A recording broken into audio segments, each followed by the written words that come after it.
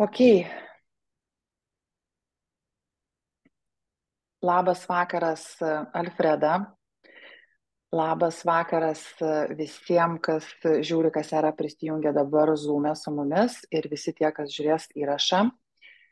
Esu labai dėkinga, kad Alfreda sutiko pakalbėti tokia, aš sakyčiau, labai aktualią temą daugumai žmonių.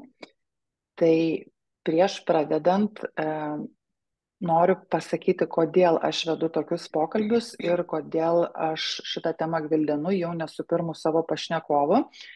Todėl, kad pati esu dvasinėme kelyje, sąmoningumo kelyje jau beveik 15 metų ir pati esu labai žemiška, susikūriau tvirtą pagrindą po kojomis šitoje žemėje, šitoje planetoje. Ir kaip dalyvauju, būnu tarp daug žmonių, kurie skaito, vadina save dvasingais arba eina dvasingumo keliu, pastebėjau, kad dauguma negeba ir nesusitvarko materijos, tai reiškia, nesiseka susitvarkyti savo padėties, materialinės padėties Žemės planetoje. Tai todėl man šita tema pasirodė labai įdomi, kodėl daug žmonių besidominančių dvasingumu neturi materijos ir taip pat žmonės, kurie yra, sakysim taip, labai gerai apsirūpinę materiją, jie bijo arba nemoka pristabdyti, nenori labai pasinerti į dvasingumą, nes mato aplinkui pavyzdžių, kai žmonės perina į dvasingumą, jie tiesiog atitrūksta kažkaip nuo materijos. Tai žodžiu, mano tema yra balansas tarp dvasingumo ir materijos. Ar tai iš vis yra suderinama, ar čia yra įmanomas balansas ir iš vis apie ką ir kas tai yra. Taigi, Alfreda, prisistatyk, tarp kitko manęs, kas nepažįsta, tai aš esu verslo strategijos kaučerė moterims, padedu moterims vystyti jų veiklas, susitvarkyti su finansais, plėstis veiklose, pradėti veiklą. Žodžiu, esu tokia labai žemiška moteris, pastačius pati savo verslą, kurį būdama 40 pardaviau ir dabar užsiemu tik tai kaučingo veikla. Tai aš labai tokios žemiškos pozicijos kalbu ir pas mane yra daug pavyzdžių ir turiu daug patirties dirbant su įvairiais žmonėmis. Ok, Alfreda, prisistatyk žiūrovams, kas esi tu. Labas, Lina, labas visi, kurie klausosi dabar ir klausysis vėliau. Esu Alfreda Madganaitė, esu labiau dvasinė kaučerė, jeigu apie kaučingą ir tavo šaly šitas žodis yra labai aiškiai žinomas. Pas mus jisai yra slengas ir vertinys, bet lygiai taip pat labai populiarus. O dvasinis kaučingas gal tai, ką galėjau žodžiu sudėti save. Iš esmės esu pakankamai mistifikuojama ir tikrai nepažinta, ir stengiuosi išlaikyti taip, kaip yra. Protai neneša iki tokio lygmens iščiupinėti tą esminį pagrindą manęs, bet juk visą laiką mano veikla ir yra ne apie mane, o apie kitus iš esmės. Tai mano dvasinis kaučingas yra visiškas sielos vedimas, sielovada, apie tai, kas aš esu kiekviename ir koks jo yra pagrindinis, esminis ir didysis potencialas čia būti. O tame jau yra visos temos, be jokios abejonės. Ir jo esminė žinutė, jo misija, jo virsmai, jo santykiai su savimi, su išorė ir aplinka, žmogaus savirealizacijos temos, įvairiausi balanso reiškiniai, tame tarpe ir materijos balansas tarp dvasingumo ir žemiško gerbūvio, ar ne? Tai į mane visais klausimais, nes esu aiškus transliatorius, kuris nutekina iš sąmonės gelmių arba nepriepiamos visaties kiekvieną asmeninę žinutę, su kuria per kokį klausimą jis kreipiasi į mane. Tai labai dažnai turbūt nuskambėsiu pakankamai neaiškiai, bet dovanokit man žodžiams kartais trūksta pačios būties, kad viską įžodinti. Mhm. Tai ačiū Alfreda už prisistatymą. Kas nepažįsta Alfredos arba nežino, tai aš įdėjau nuorodas tiek į savo Facebooką ir Alfredos Instagramus ir abiejų tinklapius. Tai tiesiog įdėjau visus nuorodos yra pradžioje čatą. Jo, tai Alfreda, aš pati su tavim susipažinau jau, man atrodo, prieš porą metų viename iš tavo satsangų. Ir kaip aš iš skelbimų Facebook'e apibūdinau, kad tai, ką Alfreda kalbės, greičiausia nebus iš proto, tai ateis iš sąmonės rauto. Ir todėl šitie pokalbiai būna jie labai įdomus, dar kitaip jie vadinasi satsangai, ar ne? Ir už tai labai labai įdomu buvo tave pašnekinti, nes tiesą pasakius net nežinau, ką išgirsiu, aš net nežinau nei tavo nuomonės, nei kas ateis, tai man pačiai yra labai smalsu. Tai o žiūrovams, kurie žiūri, noriu pasakyti, ką nekartą dažnai kartoju, visuomet reikia klausyti, išgirsti, galbūt kažką pasimsit savo, galbūt jums kažkas tiks, galbūt kažkas netiks. Tiesiog darau šitus pokalbius smalsumui sužadinti ir praplėsti galbūt kažkiek jūsų mąstymą. Ir dažnai esu pasakiusi, nežinau, Alfreda, ar sutiks ar ne, pastebėjau tokį dalyką, kad žmonės, tarkim, mes galim, žinai, perskaityti vieną knygą, 10 skirtingų žmonių ir mes ją interpretuosim savaip. Todėl kad paprasčiausiai mes ją interpretuojam, viską, kas joje parašyta, per savo kažkokius tai vertybių sistemas, per įsitikinimus, per savo patirtis. Tai net šitas pokalbis ar bet kokie kiti pokalbiai, įsivaizduokit jums, jie bus suvokti kitaip negu kitų žmonių. Tai va, okei, Alfreda, pirmas klausimas, kad būtų visiems aišku, nes tema yra dvasingumas ir materialumas, balansas tarp to ir tarp to. Kas tavo manimo, kaip tu trumpai apibūdini, kas yra dvasingumas? Aš manau, kad tu šitą klausimą, kai kūrėjai, tai buvo 3 dienų bėgyje atgal, nes labai aiškiai kalbėjau, mintyjau iš tiesų apie tai, kad dvasingumo negalima nupasakoti. Ir tai, kad apie jį yra šitiek daug kalbama, tai iš esmės yra visiškai ir tuščiažodžiaujama ir labai absoliučiai be reikalo yra gaištamas laikas. Kalbėti apie dvasingumą yra kažkas neaiškaus visiškai. Dvasingumas yra tik būtis. Apie jį kalbėti ir pasakoti lygiai taip pat yra interpretuoti pagal kiekvieną asmeninį protą. Tai reiškia, kad dvasingumas per savo asmeninį filtrą praleidžiamas kaip kažkokia jo asmeninė tiesa ir suvokiama kaip mano asmeninė tiesa.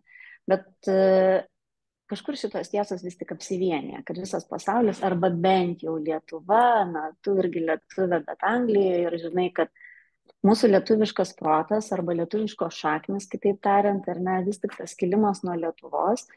Lietuva yra tas dvasingumo epicentras, kuris šiai dienai yra labai labai, na, stipriai vibruojantis. Ir per visas kitas šalis, kur nusitekina šitą vibraciją, per net lietuvišką sąmonės darinį, ar ne, kolektyvinę lietuvišką sąmonę, yra tam tikro bruožo arba net įžodinama ir visų temos yra apsijungiančios į stiprų vienodumą. Todėl lietuviškas protas dvasingumą supranta kaip pažinimas savęs, saviugda yra iš to paties ar kilusi, ar ne, savišvieta, saviplėta ir viskas, kas apie sąmonės plėtrą. Tai jeigu visus šitos žodžius būtų galima sudėti į dvasingumą, mes jį galėtumėm tai ir išnarplioti, kad tai yra dvasinis būdimas per pajautą, vibracijų, pažinimą, pažindinimąsi tiek per mentalinę žinią, mentalinį suvokimą, kas yra siela, bandymas ją ne tik interpretuoti kaip žinutę, kas jį yra, kaip protas galėtų ją išgvildenti ir suvokti, bet bandymas savyje užčiuopti savos sielos aspektą, kas aš esu, per kas aš esu prasme. Ir šitaip iš tiesų vyksta pats dvasingumas, nes tai yra būvis, būtis ir vyksmas viename. O visa kita, kaip patyrimas, yra sąmonės plėtimas, saviugda, filosofijos kažkokios paisimas, gal net kelių apjungimas, jų suvokimas ir taip toliau, ir taip toliau. Ir visą tai būtų galima pavadinti po vienu žodžiu, tai yra dvasingumas. Okay. Su kuo dvasingumas apskritai neturi ryšio, tai su jokių labai konkrečių darinių, kaip konkreti filosofija, nes tai yra apjungiantis visas filosofijas ir iškeliantis dvasingumą savo vertę virš visų filosofijų. Ir kas iš tiesų čia visiškai neįsipaišytų, tai jokia tikėjimo rūšis. Kas nėra dvasingumas, tai tikėjimas kažkuo. Taip, tai pritariu tau, linkčiau į galvą, nes jo, man viskas rezonuoja, aš taip įsivaizduoju, taip jį matau ir labai gerai, kad paminėjai Lietuvos tą suvokimą, ten kitos šalies vėl yra kitoksai. Ok, tai aš tikiuosi, kad ir tie, kurie klauso, maždaug išgirdo, kas yra dvasingumas arba galbūt kažkaip palygino, kas jiem yra dvasingumas. Gerai, tuomet sekantis klausimas yra, žinai, kaip aš pradėjau saviugdą eiti tuo keliu, tai buvo pirmiausia Vedos ir ten buvo daug kalbama apie materialumą ir kad žmogus, žinai, jeigu jisai tampa dvasingas, materija jam neturi rūpėti. Tai buvo tokie mano pirmieji susipažinimai ir kadangi jau pati tuomet buvau versle ir puikiai stačiau tą verslą ir gerai uždirbau, ir taip, aš kaip žmogus, kadangi jau sąmonė mano plėtėsi, aš jau kaip ir buvau iki to supratusi, kad mūsų bėgimas ir nuolatinis ten ardymasis, kaip aš sakau, žinai, toks inirtingas iš inercijos darimas pinigų, jisai realiai nieko gero neduos ir neduoda, nes taip pat kaip uždirbi, bėgi, leidė, daktarai, ten visi pirkiniai ir taip toliau. Aš tą irgi supratau ir analogiškai dvasingume aš tą žinutes labai gerai irgi skaitydavau. Tik aišku, aš jas interpretavau savaip. Ir mano manimu dauguma žmonių, net kartais aš dabar paimu, pavyzdžiui, kažkokią knygą ir skaitau, ir aš sakau, aš net suvokiu, ką kitas žmogus, perskaitęs tą knygą, galvos apie materialumą. Žodžiu, link kur aš lenkiu apie tai, kad dvasingumas, dvasiniai mokymai ar kažkokia tai yra perpildyta informacijos, kad reikėtų atskirti materiją nuo dvasios. Žinai, dvasinis augimas yra toks šventas, žinai, toks rimtas reikalas. Nu, bet jau va materija, tai jinai, žinai, jeigu tau įdomi materija, tai jau tu visiškai nedvasingas. Tai va tokių žinučių yra labai daug ir knygose, ir aš nesakau, kad tos knygos yra blogos, nes aš ten matau visai kitą žinutę, bet tą žinutę kiti interpretuoja kitaip. Ką tu manai apie tai, ar tu pritari tam, kad yra literatūroje ir iš vis kalbose šitų daug žinučių, kad tai yra du atskiri dalykai - dvasingumas ir materialumas? Gal pirmiausia patikslinsiu, Lina, tai, kad tu ir toliau gali kreiptis į tai, ką tu manai, bet labai noriu įnešti šitą žinutę, kad mano manimo čia nėra jokio absoliučiai ir visiškai nekalbėsiu iš savo asmeninės interpretacijos kaip manimo, nes turėčiau kalbėti iš savo nuomonės tarsi. Tai mano nuomonė čia yra visiškai niekam svarbi, kaip tik reikėtų lipti už nuomonių ribų ir gvildenti tą tikrąją tiesą. Ne? Tai dabar į tą pačią pradžią, einant tavo gražios kalbos, kad na, tarsi vienas su kitu nedera materialumas, kuomet esi dvasiškai pažengęs žmogus, nuo tavęs tarsi nukrenta materialumas arba tampa nebesiektinas arba visiškai tavęs nedomina ir panašiai. Visa tai yra absoliuti tiesa. Dabar kaip aš tai visą išteisinčiau? Reikia skirti du esminius dalykus. Jeigu nuo tavęs tai nukrenta, jeigu tavęs tai nebedomina, jeigu su tavim tai nedera, tai yra labai natūrali pasiekmė. Tačiau, jeigu tu nuo savęs nusimeti, jeigu tu išsižadi tos dermės, ar ne, tai yra visiškai kitas dalykas, kuris skamba apie saviapgaulę. Tuomet, kuomet tu esi iš esmės dvasiškai pažengęs ir eini į asketišką gyvenimo pasirinkimo būdą, tikrai iš didžiosios materijos erdvės ir tos tikrosios materialinės gausos, tu tame nebevibruoji tik todėl, kad tu tam neskiri dėmesio ir energijos. Kai tu tame nebūni, tai tu automatiškai to ir neturi sąlyčio taškų.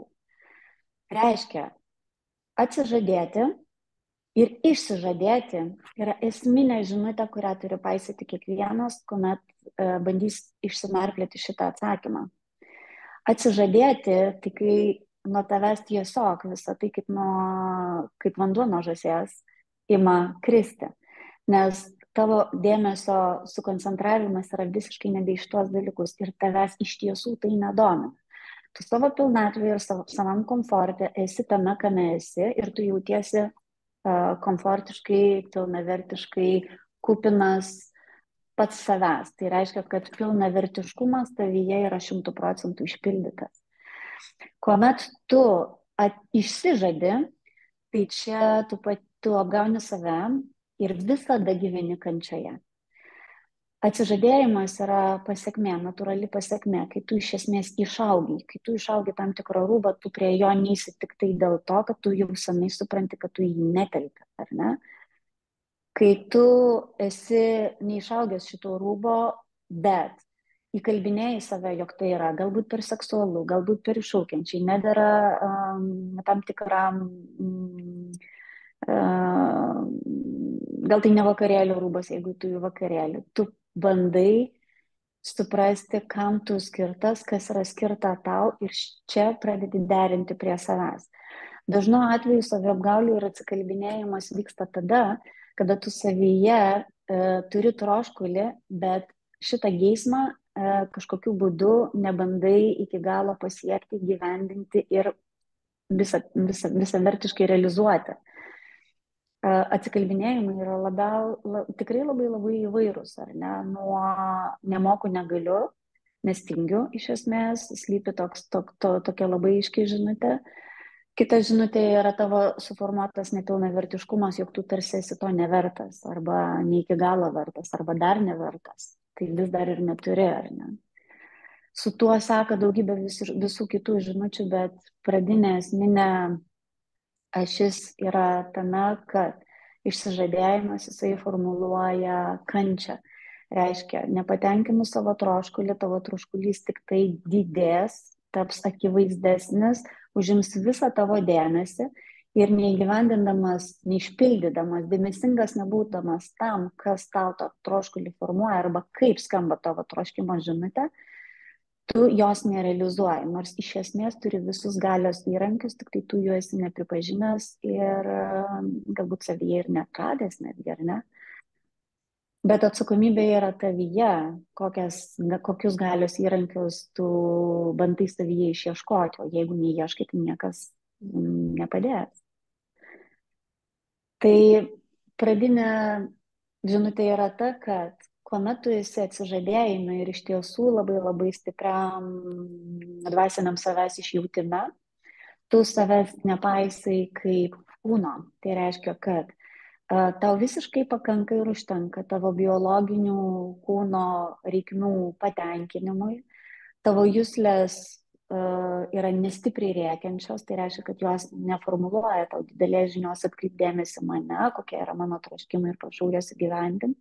Protui nebėra siunčiama pagrindinė žinutė, kad man reikia daug ir gausą įsivaizduoju per materialinę įvairovę, netgi ir tai, ar ne? Asketizmas apskritai yra apie ką? Apie kažko pavalgymo dėl energijos ir juslių nepaisimo. Tai reiškia, kad asketiškas gyvenimo būdas yra labai prėskas gyvenimo būdas. Bet tai yra tik tai dėl to, kad tu darai tokį pasirinkimą iš savo sąmonės gelmių. Jeigu tu eini į meditaciją po 8 valandas per dieną, tu iš tiesų, tai yra pilna darbo diena praktiškai, ne, pilnas darbo laikas. Tai paskirstydama savo asmeninius resursus, tau kitai gausai kurti resursų kaip ir nebeužtektų netgi. Bet tu tuomet kuri gausą meditacijos, tai tu esi tiesiog kitoje gausoje. Suprantu iš esmės tavo vidimą, kai tu formuluoji žmogų labai konkrečia linkme, kas yra apie materialinę gerovę ir tam tikrą jos gausą, tai vis tik čia mes nebegalime kalbėti apie tą dvasinį atsižadėjimo kelią. Jeigu mums kažkas nepavyksta, o paskutiniu metu arba paskutiniais metais žmogus kontempliuoja vis tą dvasingumą ir domisi dvasinėmis saviugdos, savirealizacijos temomis, ar ne, jisai nebeskiria labai didelio dėmesio konkrečiai gausiai formuoti. Tai vėlgi, tarp resursų mes turime išlaikyti balansą. Kur skiriame dėmesį, ten paskirstome ir resursus. Jeigu mano dėmesys labai krypsta į 8, 5 ar dar daugiau valandų meditaciją per dieną, žinoma, kad tai yra mano veikla, pagrindinė veikla, kuri realiai jinai negeneruoja kažkokias tai pajamas, tai aš negaliu statyti materialinės gerovės į pirmą planą, kad rūpintis ją. Tačiau nebūtinai mano materialinė gerovė galbūt yra sukurta ir aš tiesiog turiu resursų dabar tik medituoti, ar ne? Šiaip iš esmės reikėtų leistis į pažintį su savimi. Kas aš esu, kur aš esu, koks yra mano dabarties atspirties momentas, kur yra mano dėmesys arba kur jisai linktų ir išpažinti, kad man tai yra svarbu, o nebėgti nuo to. Kai aš nuo kažko bėgu, tai aš tam kažkam suteikiu labai mažą prasmę, tarsi būti, ar ne? Ir žinoma, kad ten skamba nesvarbos klausimas, tuštumo klausimas, lengvabūdiškumo klausimas, dar kažko klausimas, kuomet aš to neturiu, bet labai stipriai siekiu turėti, nevesdama savęs to link, nepatirdama ėjimo to link, man belieka tik tai tuščiai kalbėti apie tai. Ačiū šitą atsakymą. Labai daug irgi visko išgirdau ir labai daug kur irgi savęs pamačiau, savo pažįstamų, draugų, daug iš šitų žodžių. Ir iš karto man toksai ateina, daug man iš tikrųjų yra klausimų. Tai pavyzdžiui, vienas klausimas yra, mes esam sielos, ne, mes įsikūnėm dėl tam tikrų priežasčių Žemės planetoje, kur yra iš esmės materiali planeta, ar ne? Aš įsivaizduoju, kad mes skraidome, tai skraidome tarp įsikūnymų, ar ne? Ir kaip pavyzdžiui, ne tai, kad traktuoti, bet kaip pavyzdžiui, žmogus, kuris jisai daug medituoja, jisai susilieja su, per meditacijas, ar ne, lengvai tariant, išplaukia, ar ne? Dažnai išplaukia, ar ne? Ir jo turbūt ant tos viršutinės čakros gerai, kaip sakoma, atidarytos ir subalansuotos, nežinau kaip pasakyti. Ir, pavyzdžiui, tas žmogus, jisai yra, arba tai yra mama, arba tai yra motina, ar ne, arba tai yra tėvas vaikams, arba tai yra žmogus, kuris turi šeimą aplinkui, ar ne? Turi šeimą ir, pavyzdžiui, tas žmogus sako, mano misija dabar yra ten tik tais, tarkim, viskas medituoti, atskleisti save aukščiausiai savo potencialą, ar ne? Tai aš nežinau, koks yra atsakymas, koks ateis atsakymas. Mano manimu, tai yra taip, jeigu mes įsikūnėm, ir šitą aš atsimenu labai anksti pasakiau, visos savo kelionės pradžią, sakau, jeigu mes ateinam įsikūnyti ir kai ten žmonės pradeda kalbėti, kad jie ten po skraido, žinai, galaktikas, ten jie išmedituoja, tai aš tai sakydavau, koks yra man tikslas tenais eiti tas galaktikas, jeigu aš įsikūnijau čia ir aš atėjau patirti šitų patirčių Žemės planetoje, nes paskraidysiu aš ten vėliau, žinai, tarp įsikūnijimų. Tai toks mano yra žemiškas, paprastas pasakymas. Taip aš siekiu dvasingumo, taip aš siekiu ramybės, aš siekiu pasitenkinimo visame kame, suvokimo platesnio. Tačiau aš suprantu, ko aš čia esu. Tai tokia yra mano pozicija ir mano nuomonė. Koks atsakymas būtų žmonės, kurie galvoja kitaip, kurie galvoja, kad aš atėjau, aš dabar čia gyvenu, gimiau šitoj šeimoje, šitoj šalyje, turiu šeimą, turiu net kuom rūpintis, bet rūpintis nenoriu, nes aš dabar dvasinuosi, aš skraidau. Kaip čia interpretuoti? Čia turbūt nereikėtų visiškai niekaip interpretuoti, nes interpretacija čia blogiausia, kas galėtų įvykti. Bet šitai vietai man vienintelis skambėtų dalykas laisvos valios buvimas arba laisvos valios pasirinkimas arba laisvas savęs pasirinkimas. Tai reiškia, kad jeigu tu nusprendai dabar tik tai medituoti ir nebeatsiduoti niekam kitam ar ne, nuo tavęs kaip natūrali pasekmė turėtų atkristi šeima. Ir atkristi šeima turėtų pačiu neskausmingiausiu būdu. Tai reiškia, kad visata, kas yra Dievas, kas yra meilė, po daugybę įvairiausių epitetų pasislėpęs nuostabus viską reiškiantis reiškinys, ar ne, rūpinasi kiekvienu. Tai reiškia, nėra taip, kad tas, kuris medituoja, visą tą tuo labiau rūpinasi negu tuo, kuris nemedituoja. Realiai tarp šito visko yra visada balansas. Bet čia yra tas, kuris medituoja, tai dabar paimkim kaip dvasinį aspektą, ir tas, kuris yra mama arba tėtis kitame poliuje, ar ne, tas, kuris yra materinis aspektas, kuris rūpinasi vaikais, materialinę gerovę, kuri rūpinasi pragyvenimu, buitimi, esatimi, grubiajam tam pavidale. Ir vienu ir kitu visata rūpinasi absoliučiai vienodai. Tikrai neglosto to, kuris medituoja, ir tas, kuris dabar nemedituoja, yra šiek tiek susirūpinęs labiau nei bet kada, nes turi stipriai medituojantį ir į pagalbą nebeatsišaukiantį žmogų. Tai šiaip iš esmės, aš būdama visata pasirūpinčiau labiau iš esmės nemedituojančiam, nes medituojančiam rūpesčio nereikia, jis taip pat yra savoje ekstazė. Ar ne? O rūpesčio ir globos labiau vis tik reikia šeimai, mažiau nušvitusiam žmogui, kuris gyvena gyvenimą būtyje ir toje žemiškoje inercijoje. Bet iš visatos perspektyvos, kadangi tai yra absoliutus lygybės aspektas, iš visatos globos arba visatos meilės, tai vis tik atsigręžus į žmogišką pusę, tas, kuris lieka šeimoje, bet užsiema meditaciją, jisai kažkokiu būdu nepaleidžia šeimos. Tai reiškia, kad jisai tiesiog išsižada šeimos. Čia nebėra atsižadėjimo klausimas. Nes jeigu būtų atsižadėjimo klausimas, šita šeima jinai pasitrauktų į savo geriausią poziciją ir tikrai gautų ir papildomą globą ir viskas tenai vyktų nuostabiu keliu. O šitas žmogus jisai tiesiog medituotų ir taip toliau. Yra daugybė legendų ir mes jas skaitėme, mes apie jas žinom ir tam tikros filosofijos remiasi šitais dalykais, kai didieji mokytojai paliko savo šeimas, išėjo, atsisėdo po bodhi medžiu ir meditavo. Ir taip jisai nušvito, ar ne? Šeima neturėjo jam jokių pretenzijų, aplink jį būriavosi žmonės, kas tapo jo mokiniais, ir tai išėjo į kažką vėlgi aukšto, kaip patyrimo ir prasmės santykiai, ar ne? Bet tas, kuris atsižada šeimos, lieka tose pačiose namuose, lieka toje pačioje šeimoje, bet sako, kad jisai dabar yra medituojantis ir turintis aukštesnės vertės nei pati šeima, tai yra elementarus pasiteisinimas nedaryti to, ką buvai pasirinkęs daryti. Ir lygiai taip pat išsižadi neteisingų santykių savo pasirinkimų, kurie kažkada buvo ir tavieji, ir kaip tam tikras davinys tam, kurį tu išsirinkai keliauti kartu su savimi. O dabar tu jį tiesiog palieki ir neprisėmi už tai atsakomybės. Tai nevyksta toksai santykis. Ir šitoj vietoj valios aspektu pasirinkimą turėtų daryti abi pusės.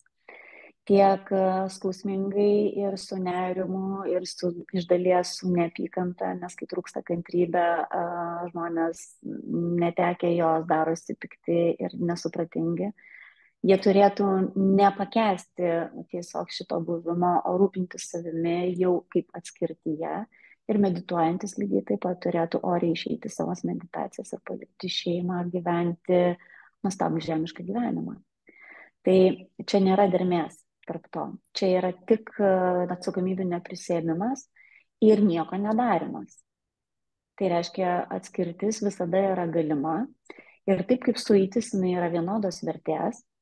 Kai mes tekam ir vedam vienas kitus, ar ne, mes tai darom iš laisvos valios aspekto, su didžiu pakilėjimu, euforiniai būsena ir panašiai.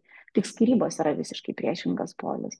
Ir taip, skyrybos iš tiesų yra priešingas polius ir ne tik jausme, bet ir patyrime. Tačiau blaivus protas, subrendęs protas ir galiausiai atpažinęs save, jisai turi suprasti, kad mes nebevibruojame mus, mes nebevibruojame tą patį, mes nebevibruojame tą pačią žinutę, kurią kažkada pasirinkome vibruoti. Ir jeigu taip skirtingai vibruojasi, mums reikia leisti vienas kitam netrukdyti vibruoti. Ir abu iš savo pusių esame vienodai teisūs. Tas, kuris medituoja ir nepalieka šeimą, nes jam ten yra ir toliau verdama sriubytė ir dedama grietinystė, jisai yra neteisus, nes jisai vykdo apgavystę. Tiek savo pirmiausia, tiek kitam. Ačiū. Ačiū už šitą. Tuomet sekantis mano vėl klausimas, aš pirmiausia pasakysiu galbūt savo nuomonę. Kaip aš vedu moteris arba iš vis, kodėl aš ten kalbu apie coachingą ar ne, aš visuomet sakau, kad tik augdamas asmeniškai, tobulėdamas asmeniškai, tu gali pernešti savo veiklą į kitą lygį. Ar ne? Jeigu aš esu šiandien viename žinojimo lygyje, viename mąstymo kažkokiam tam, ar ne, aš esu ten, kur esu, darau tą, ką darau ir turiu tik, kiek darau, kiek padarau. Jeigu aš noriu kažkiek daugiau, tai yra neįmanoma, jeigu aš pati asmeniškai neūgtelnu. Galbūt naują kažkokį tai mąstymo modelį pasirenku, galbūt kažką suvokiu naujai, atitinkamai tada skirtingus žingsnius žengiu. Tai žodžiu, mano tokia žinutė visuomet yra, ir ne tik mano, daug kas mačiau internete, jie dalinasi, kad neįmanoma turėti daugiau arba turėti fainiau, jeigu mes to norim ar ne, netobulėjant dvasiškai. Tai aš tai sakau ir kadangi, kaip ir sakiau, yra daug žmonių, kurie eina dvasingumo keliu ir kaip ir turėtų būti tas balansas, žinai, kad jeigu aš augu, aš plečiuosi kaip sąmonė, daugiau suvokiu, tai automatiškai aš aplink save generuoju irgi, na, sakysim, aš nekalbu apie kažkokią didelę gausą, ten, nežinau, kažkokias jachtas ar ten kažkokius labai brangius, nu, aš ne apie tai kalbu, aš kalbu apie paprastus, elementarius dalykus, apie pasitenkinimą gyvenimu materialiniai plotmėj. Tai aš įsivaizduoju taip, kad jeigu dvasiškai žmogus auga, jisai turi plėstis ir jisai turi kilti. Ir šitas klausimas daugam jau iškyla, kodėl žmonės sukasi 10 metų kelionėse tokios ar ne. Na, kaip žinia, ten, žinai, valo karmas, daro kitus dalykus, daug ko daro, ar ne, bet pas juos iš esmės nesikeičia materialinė padėtis. Jie to nori, jie to siekia, nes, pavyzdžiui, aš skaitau, kad yra absoliučiai normalu siekti turėti jaukius gražius namus. Tai žmonės to siekia ir jie ugdo save. Ir tokiais atvejais, kaip pavyzdžiui, ir po 10-mečio žmogus neturi tos materijos. Kas vyksta? Ar tada neteisingas pasakymas šitas yra, kad man dvasiškai augant, aplink mane irgi kinta, tai yra auga ir materija, ar čia yra neteisingas pasakymas, ar čia tiesiog tie žmonės netaip dvasiškai auga, kaip jie galvoja? Žinai, Lina, sugrįšiu dar prieš tai į tavo klausimą, kai tu paminėjai, kad skaitydami tam tikras knygas, aš skaitydama tą knygą galiu suprasti, kaip kiti žmonės ją supras. Ir kaip jie norės, pavyzdžiui, išreikšti net kai kurie maišto idėją, nes sukils prieš tam tikras žinutės, kažkam tai nepatiks, kažkas tai godžiai tai suvalgys kaip kažkokią tai nuostabų atradimą kaip tiesą ir panašiai. Tu gali apie tai žinoti tik tada, kada tu pati esi tai buvusi, kada tu pati irgi esi tai mintijusi. Tu žinai viską, kame tu esi buvusi ir toks tavyje susiformuoja žinojimas. Tai reiškia, lygiai taip pat tą patį galima būtų pasakyti apie aukštesnių, žemesnių vibracijų žmonės arba aukštesnės sąmonės išsiplėtimo žmonės ir žemesnės sąmonės išsiplėtimo žmonės. Aukštesnės sąmonės išsiplėtimo žmonės iki savęs žino ir atpažįsta visus ir tos pačios žemesnės vibracijos žmonės. Žemesnės vibracijos žmonės iki savęs atpažįsta visus, aukštesnių jau jie nebegali atpažinti. Čia lygiai tas pats, jeigu protui paduoti pavyzdį, ar ne, na, sakykime, tų pačių aukštumų, mes kylam į aukštį ir jeigu aš esu vibruojanti tik iki čia, man visiškai nepažinta yra čia. Aš galiu skaityti apie tai, man gali pasakoti apie tai, o atpažinti aš to vis tiek neatpažinsiu, nes aš tame niekada nebuvusi. Tai yra lygiai tas pats ir atsiremiant į materinį augimą. Aš galiu turėti įvairiausių norų, bet mano norai irgi visiškai nesitapatins su kitų norais. Aš galbūt negaliu suprasti, kas yra gausa, kurią gali suprasti kažkas kitas. Ir mūsų gausos abi yra ant tiek didelio skirtingumo kaip supratimas. Nors ir vienas mini žodį gausą, ir kitas mini žodį gausą. Ir tas, kuris, sakykime, stovintis yra aukščiau ir mininti žodį gausą, matantis, kaip kitas sako, kad aš jau savo gausoje gyvenu ir sako, nu šitą gausą, jeigu aš gyvenčiau šitoje gausoje, aš galvočiau, kad aš nieko neturiu ir niekuo nesu. Ne? Tai yra visiškai nesugretinamos gausos, bet dabar kaip jos yra atpažįstamos ir kaip jos yra siektinos. Kodėl vieni žmonės atrodo nieko iki tol neturi, tai tik tai dėl to, kad jie ir neužsiema visų pirma to siekiu, o jeigu ir užsiema, jie pakeliui pameta visą tai. Nes jų dėmesį greičiausia apima visai kiti dalykai, ką jie pakeliui aptinka. Bet jie taip ir nenueina to savo tikslo link. Bet tai yra nieko tokio, tai nei gerai, nei blogai. Kai tavo dėmesį kažkas tai aptinka ir jį visiškai pasisavina, tau tai turėjo tiesiog nutikti. Ir reiškia, kad tu dar kažkiek tai atitolisti nuo savo to tikslo, kaip tarsi materialinės gausos siekimo, ar ne? Ir tu atidedi į šalį šitą svarbą, galbūt kažkada tu vėl tęsi įėjimą to link, o dabar tu tiesiog užsiemi to, ko tu užsiemi. Taip kaip tu sakai, yra daugybė žmonių ir tų pačių vedlių, ir tų pačių lektorių, paskaitų skaitytojų. Lina, ar aš nedingau? Nedingai, biškai kažkas bliktelio, bet taip, viskas gerai. O, dingai.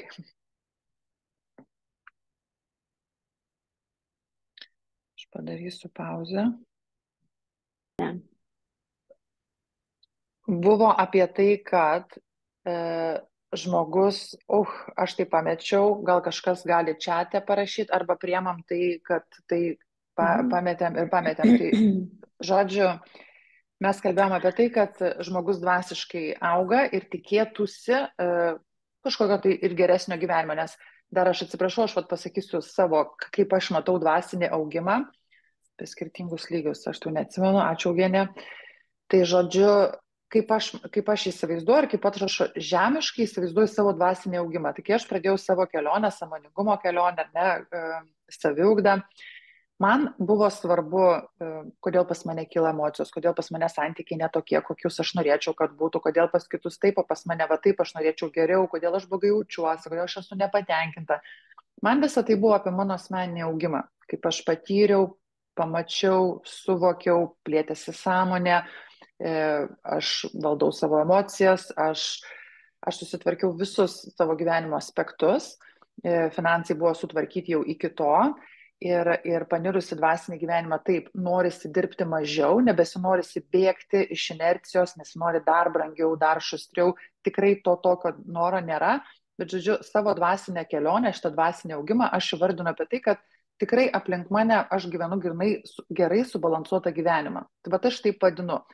Ar ne? Tai vat kiekvienas žmogus, aš manau, jisai tas savęs pažinimas, ne kiekvienas galbūt, bet tikrai tie, kaip kurie siekia, dėl ko aš tą temą užduodu, nes aš žinau, kad yra kas siekia, jie nori to materialumo, kad tai kaip tada, Alfreda, jiems reikėtų elgtis, ar jie ne ten eina, ne ten tobulė, kaip jiems papulti tą kitą energetinį lygmenį, kaip tokiem žmonėm, ką jiems patarti?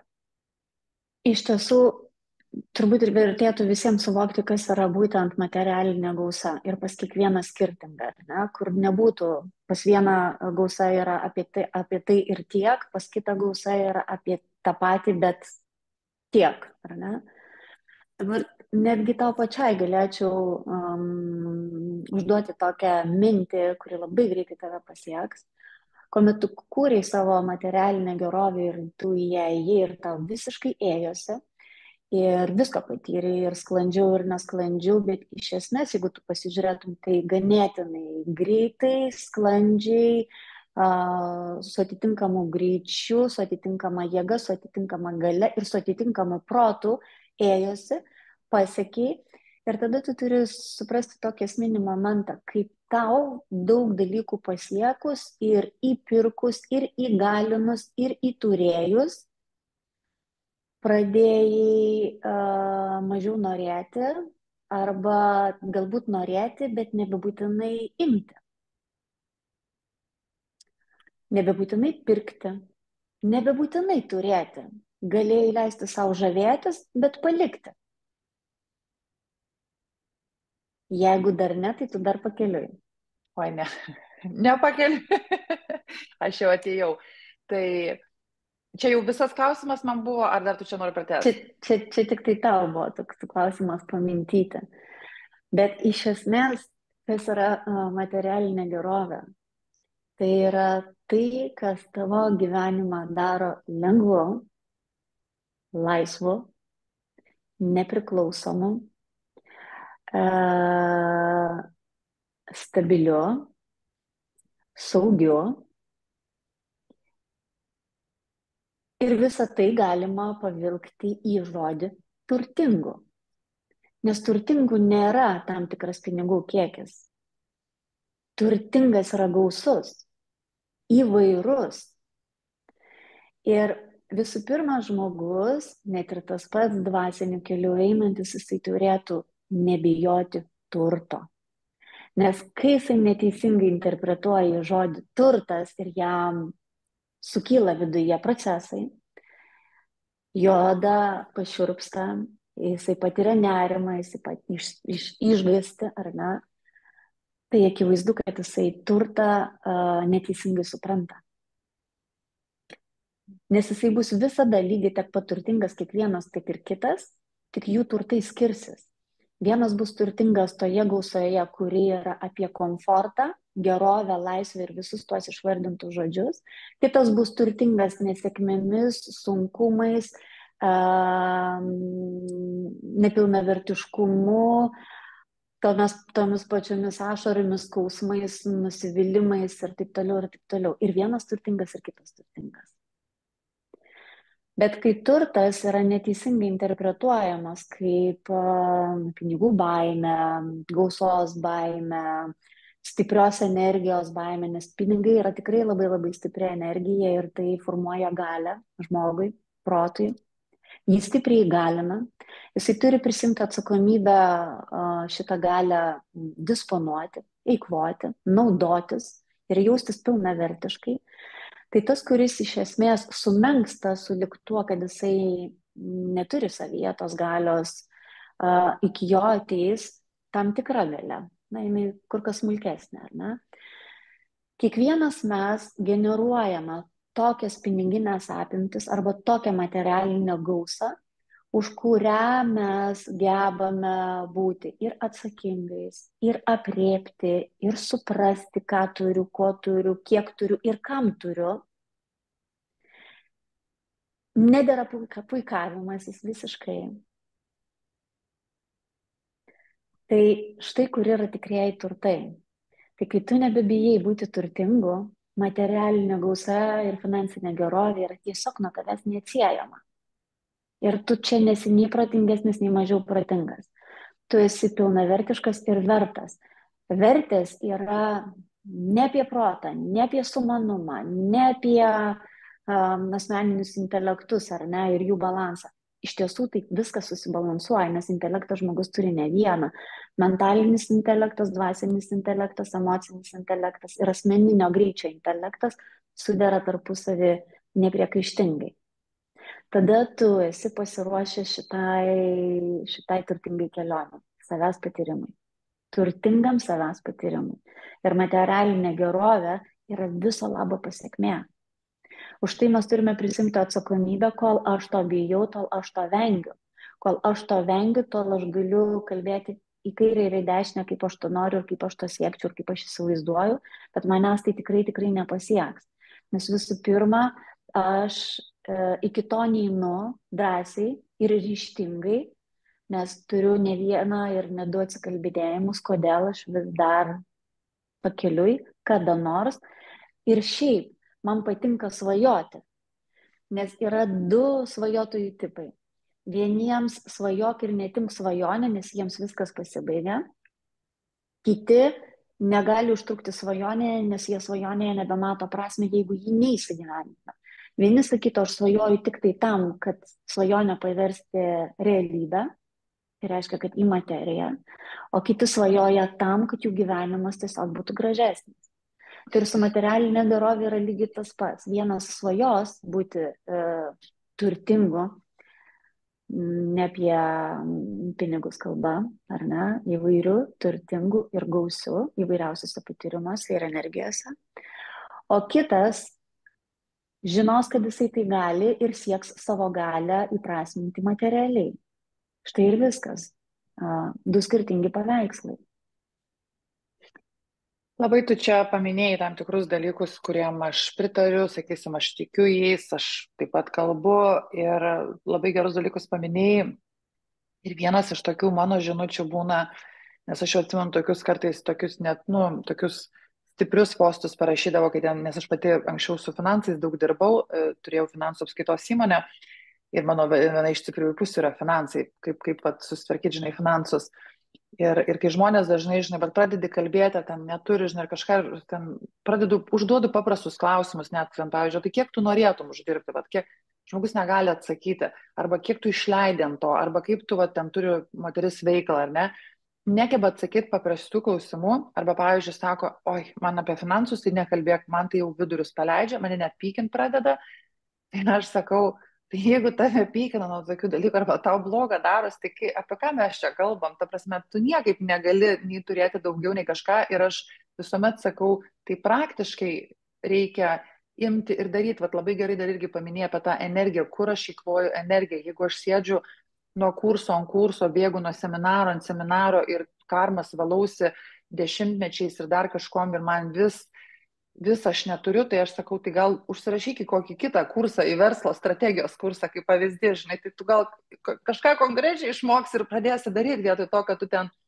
Ir tai vat, mano pastebėjimu, aš manau, kad kai kurie žmonės užsisuka tame kažko išsivalyti arba susitvarkyti, vietoj to, kad jie imtų ir darytų konkrečius žingsnius ir išmoktų kažkokiu tai dalyku. Tai čia mano toksai pastebėjimas. Ir iš to man irgi dar atėjo klausimas, man čia iš vis daug klausimų labai eina, tik aš nenoriu dabar visai nukrypti nuo temos.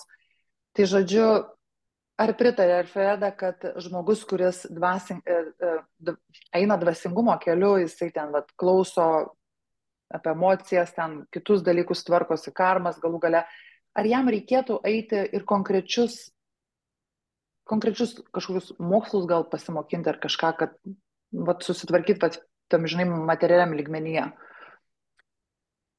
Visų pirma, tai labai norėčiau, kad dabar besiklausantis ir dar tikrai klausysis ne vienas save vadinantis coacheriu, ar ne, arba prisiliečiantis prie žmogaus vienokią ar kitokią prasme, nustoti skleisti klaidingą žinutę, kad dvasiniu keliu einantis žmogus, jisai privalo išsižadėti proto.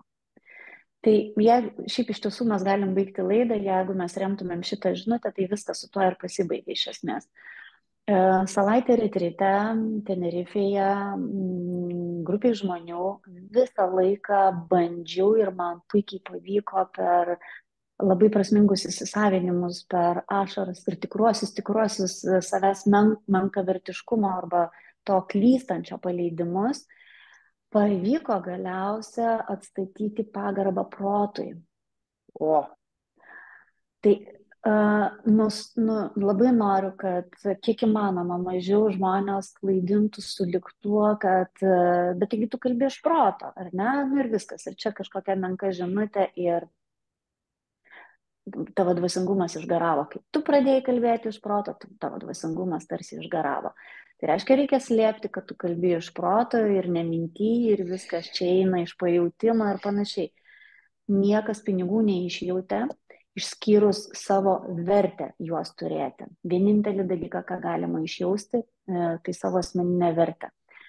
Kuo savivertė didesnė, tuo išsiplėtimas gausoje materialinė lygiai ta pačiai yra platesnis, didesnis, didesnių apimčių, didesnių verčių, didesnės gausos ir visko, ko. Ne? Tai pirmiausia, atstatykime pagarbą protui, nes protas yra vedantis. kuo užsiimkime, tai išgirsti ir įvesti balansą arba harmoniją arba sąskambį tarp vidinio balso, ko siekia mano vidus, tai yra sielos misijos, sielos prasmės, užčiopimo ar ne sielos žinutės, tavo, kitaip tariant, vidinio balso, jisai duoda pirmą impulsą, tačiau labai trumpą, bet ilgų ir prasmingų kelių vis tik veda protas. Visata yra protinė. Dvasingumas, jeigu tu jį sugebi išjausti ir savyje užčiuopti, jeigu tu jį gebi įsisavinti ir nežinau, net į kažkokius žodžius įžodinti, ar ne, kas tai tau yra, kas tu jame esi ir kaip tai tavyje rezonuoja, tai irgi tau talkina stipriai protas. Tai susigrąžinkime visų pirma pagarbą protui ir kaip žmogus privalo protauti. Ir visų pirma, kalbant apie nušvitimą, žmogus nešvyti iš esmės kaip kažkoks energinis darinys. Žmoguje pirmiausia nušvinta protas. Ir kai nušvinta protas, žmoguje susilygiuoja viskas, kas tik tai įmanoma, nes šiaip žmogus save per patyrimus suka amžinai ratu. Tai jisai pagrindo energijai, tai jisai savam sakralume, tai jisai savirealizacijos temoje, tai jisai įsimyli arba pagimdo vaikus, arba kitaip sukuria kažkokį tai prasmingą meilės darinį, visuomeninę netgi prasme, ar ne? Tada kūrybiškumas, tada vėl stiprus dvasinis kontempliavimas savęs ir tu vėl į pirmąją čakrą ir tu šitaip ratu ir ratu. Ir per vieną įsikūnymą tu šitų ratų prasukti ganėtinai daug. Dabar yra labai labai svarbi žinutė. Šitame laikmetyje, šito savęs patyrime, net ir toje pačioje žemėje, laikas yra stipriai pagreitėjęs. Mes viską padarome per 2 metus. Kaip 2 metai, taip aš ten pat. Kaip 2 metai, taip aš ten pat. O ten pat kur? Savo esminėje žinutėje. Jeigu tavo esminė žinutė santykiuose, 2 metai tu vėl santykių temoje. 2 metai tu vėl savirealizacijos paieškose. 2 metai tu vėl tavo temoje. Anksčiau būdavo visai kitaip. Žmogus save kurdavo ir iš tiesų turėdavo prasmes, pavyzdžiui, save vesti. Darželiai, mokyklos, kiti mokslai, dar kiti stipresni ir taip tave augino ir užaugino tave kažkokį labai aišku srities specialistą. Ne? Dabar iš tiesų tai praranda prasmę. Dabar net nebegali žmogus apsiriboti vienos specialybės paieškose ir savęs įdiegimo tik į tai. Žmogus yra per platus. Jeigu žmogus save analizuoja ir jau gerokai suvokia kaip sąmonės darinį, kaip sielos aspektą, kaip misijos turėjimą ir jos užčiuopimą savyje ir aiškinasi, kas aš esu, tai gvildenti tik tai tokiamis temomis, kad aš esu gydytojas, jau žiūrėkime, ir gydytojas nebepakankamas, nors daugybę metų skiria. Dabar jisai visą tai baigia ir pradeda save visai kažkame kitame, jau irgi nebetelpa viename įsišaknyjime. Jisai veržiasi iš to ir plečia save per įvairialypiškumą, nes jisai yra gebantis save patirti, nes savyje jau ima užčiuopti žinutę. Gyventi razulyje neįmanoma, reikia ties to kažką daryti. Tas pats yra grįžtant prie temos, prie materialios gerovės, finansinės gausos, ar ne? Kažkas pasijungia prie mūsų. Jo. Lemba, nežinau, kaip ją atjungti. Atsijungi tas, kas prisijungia dabar.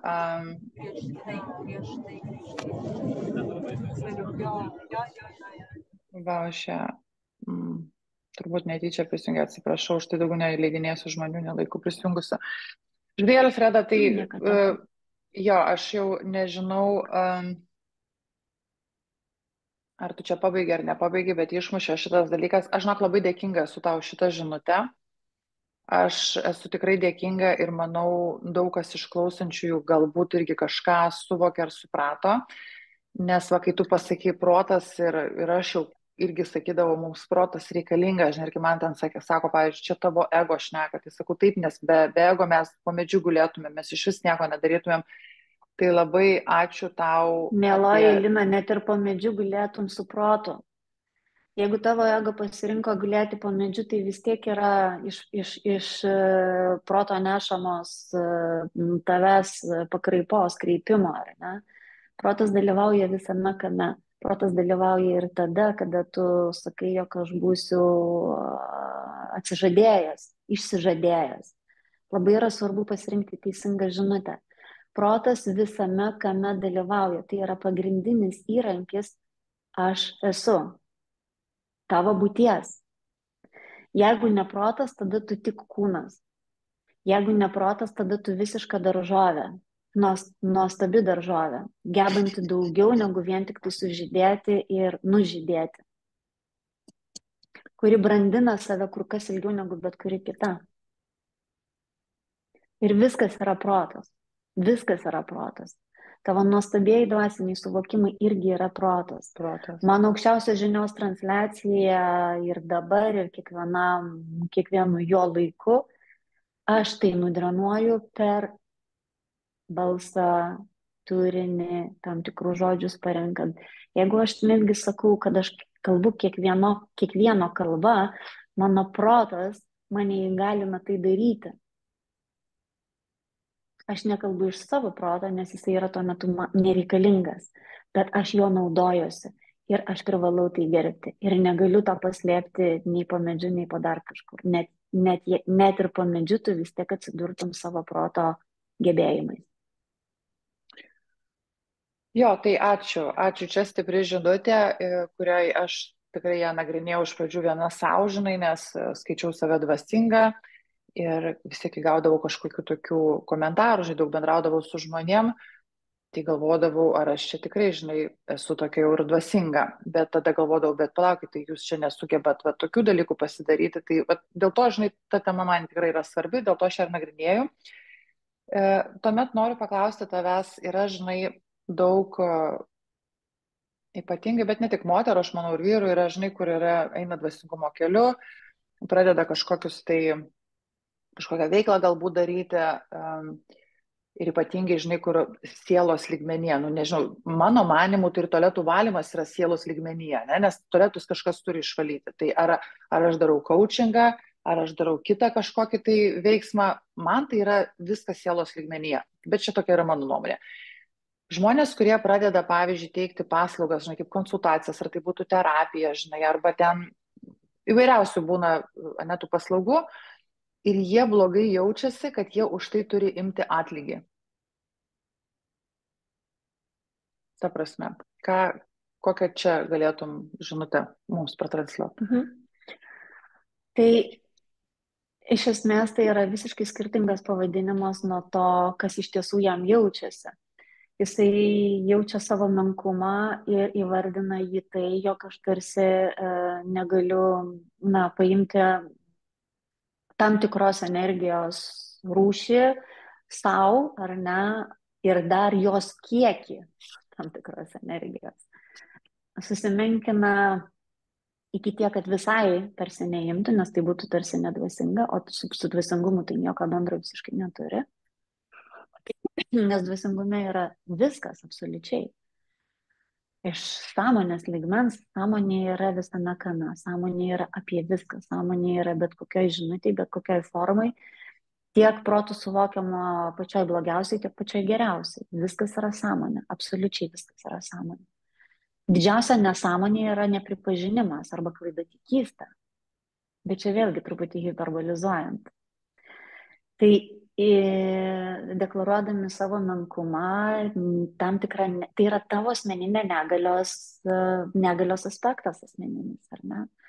Jį reikėtų išsianalizuoti, o ne tai, kaip tavo poelgis turėtų, kokią vertę turėtų turėti, arba kaip jisai atrodytų, arba kaip jisai būtų įvardinamas. Kuomet tu skiri savo energiją, šita energija yra atidavime. Reiškia, kai tu kažką nudrenuoji, į tą vietą turi gimti kita energijos forma, rūšis, net ir ta pati, bet jinai turi pasipildyti tada, ne? Tai reiškia, kad tu niekada negali būti tuščias. Jeigu tu eini į ištuštėjimą, tai tu eini į išsieikvojimą. Tavo išsieikvojimas tau labai greitai per tavo kūną ir šiaip visą tavo, per psichiką ir per tavo kūną, per psichosomatiką, labai greitai ims duoti tam tikrus signalus.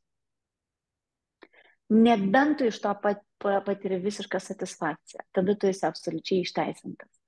Daryti tą tarnystės principą, kur aš einu tik tai duoti ir esu savimi patenkintas, nes aš gėriuosi, nes aš kitaip save, aš galvoju, kad aš tai darau teisingai, ar ne? Ir geriausia, kaip aš dabar noriu savo gauti. Tai reiškia, kad tu gausi kitą energetinę rūšį savo atgal, nematerialią, bet šitą skolos žinutę tu formuosi kiekvienam, prie kurio tu prisiliesi, o tai reiškia, kad energetiškai mesi jo energiją. Nes išleisti žmogų su skolos žinute, arba, pavyzdžiui, nedaug dievė išeinantis žmogus sakytų, aš tau būsiu amžinai dėkingas, jisai savo nuosprendį pasirašė, iš tikrųjų, jisai nežinodamas, ką jis pasakė per nelik daug. Arba melsius už tave, tai reiškia, kad jisai, nežinau kaip dažnai, ar net jeigu ir vieną kartą, bet jisai labai labai stipriai nukreips Dievo malonę nuo savęs į kažką kitą, ar ne? Tai reiškia, kad irgi tai yra skolos žinutė. Nuostabiausias dalykas žemėje sukurtas proto tam tikram santykiui išaiškinti arba jį atsverti yra vis tik pinigai. Todėl, kad tiek, kiek tu save įprasminai arba įkainojai, kitaip tariant, ar ne, ir jeigu aš atėjau tave pirkti tavo paslaugą arba tavo prekę arba kažką iš tavęs, ir aš laisva valia sutinku imti tai už tiek ir tiek, aš esu tau dėkinga, kad tu mane išleidi su ta gausa, kurią aš įgyju iš tavęs, ir visiškai laisva, nepriklausant tau toliau, nes tai yra energetiniai saitai, kur aš išsinešu dalį tavęs, jeigu tu iš manęs tikėtumėsi daugiau, ir tu pasilieki dalį manęs, jeigu tu man uždedi tą skolos žinutę. Tai reiškia, kad mes amžinai susisaistę. Ir jeigu mes tarpusavį taip pastoviai visi susisaistom, kodėl barteris yra praktiškai nebepopuliarus, išskyrus yra nebent įdomus aspektas, kuris tavęs neįpareigoja. Ir vėlgi, kai atsiranda lygiavertiškumo prasmes, nebėra skolos. Bet žmogus turintis tokią neišmanišką ydą kaip godumas, barteris pasibaigia sulig tuo, kad aš manau, kad tu gavai daugiau iš manęs, negu aš iš tavęs. Tai vad godumas, jisai atskyrė barterį kaip lygiavertiškus mainus ir įsivyravo tik piniginis santykis, kuris realiai viską ištaisė. Ir tai yra tik gerai ir nekiek blogai. Labai ačiū ir už šitą atsakymą ir tikiuosi jį irgi kažkas išgirs, ypatingai tie, kas tikrai yra labai dvasingi, daug visko daro ir negeba, nemoka sugeneruoti ir paimti. Aš atsimenu, kai mes darėm čia UK, buvo 100 gal žmonių, mes darėm savaitgalį ir su keletas iš mūsų žmonių, grupės žmonių, mes jį organizavome. Ten aš kūriau puslapį, žodžiu, darėm tokį didelį renginį. Jau jis vykdavo kas kelis metus, bet čia buvo 100 žmonių su bilietų pardavimu, ne tai, kad ten kiekvienas savo, žinai, palapinė išsiperka. Ir tokį didesnį renginį. Ir aš buvau viena iš 4 organizatorių ir, aišku, su mano visų finansinių pagrindų ir visa kita, tai pas mane čia tik duokit, paskaičiuosiu, čia paderinsiu, čia kainas ir taip toliau. Ir aš atsimenu, pas mus net tada kilo irgi tarp organizatorių nesutarimai, nes aš paskaičiau, kiek mums reikia paimti, kad mums užtektų ir dar liktų ten, tarkim, kitų metų kažkokiems depozitams mokėti. Ir aš irgi gavau tokių, žinai, dviprasmiškų tokių, kad ar aš čia nedvasinga, ar čia kaip tie mama ten su kokiu vaiku atvyks, žinai, ar čia galės kažkas atvykti. Tai, ne tai, kad ar galės, bet ar kad visi galės, tai, tas, kas norės, galės tai paturėti, žinai. Tai mano atsakymas yra tai, kas negalės, tai ir neturės. Ir čia yra pas mane labai paprasta. Tai yra energetiniai mainai, mes įdedam savo energiją ir mes net be atlygio, žinai, mes čia, buvo veikla visiškai nemokamai. Ir renginys organizuojamas nemokamai, kad padengtų išlaidas ir surinkti kitų metų depozitą, žinai. Ir net kalba iki tokio lygio, kad ar kiti žmonės galės savo tai leisti. Tai aišku, kad ne visi turbūt, bet tai čia, žodžiu. Tai Ok, ką dabar tada noriu dar paklausti tavęs, mes čia jau žinai viršinam tą valandą, bet aš nežinau, kiek tu laiko gali skirti, Alfreda. Aš neseku laiko kol kas, tai tikrai. Tai gerai, Tai tu aš tiesiog stebėk, kaip tu patogiai jautiesi ir ar žmonėm nepabodo šitas turinys. Jeigu yra daug atkritusių ir išsijungusių, aišku, vieni išėjo iš savas labai svarbias veiklas, kas yra labai natūralu. Bet jeigu yra toliau įdomu ir yra tau pačiai aktualių klausimų išsikelti, tai galim tęsti. Ok, tai ačiū, kad sutinki. Aš manau, kad kam bus aktualu, tas paklausys ir pasiliks. Tai, žodžiu, kitas klausimas mano būtų toksai, vad pašnekėjom apie energetinį. Ai, esu girdėjusi ir man tai labai priimtina, man tai jau tapo mano tiesa, sakysim taip. Ir aš jau dabar dažnai tai paminiu, kad, žinai, mes gauname tiek už kažkokią klimam paslaugą, žinai, kažkokios, gaunam mainai, ne mainais, bet perkam paslaugą ar perkam prekę. Vertė jos yra tokia, kiek mes už ją susimokėjom. Tai pavyzdžiui, jeigu ten kažkas kažką nemokamai padarė, tai jisai ir tos vertės tiek ir te gavo tas žmogus. Nieko, realiai. Ir kuo jis daugiau susimoka, tarkim, ten kažkoks servisas ar ne daiktas, tiek jisai tos vertės ir turi. Ir man tai labai tinka šitas. Ir aš labai taip jį gerai suvokiau, bet šitą irgi išgirdau ne pati sugalvojau. Tai va, ką tu apie tai manai? Šiaip kalbant iš tikrųjų apie daiktinės vertės, tai nėra tame tiesos. Nes tavo sentimentai, tavo prisirišimas ir tavo jausmas, kurį formuoja daiktas arba kažkoks patyrimas, yra aukščiausių verčių. Tai vad įsivaizduoju, kad tu gali pamilti daiktą kur kas pigesnį negu brangesnį ir jisai iš tiesų tau asmeniškai bus kur kas vertingesnis. Bet kalbant apie žmonės, tai taip, tu uždirbi tiek, kokia yra tavo savivertė. Nei daugiau, nei mažiau. Nei mažiau. Taip.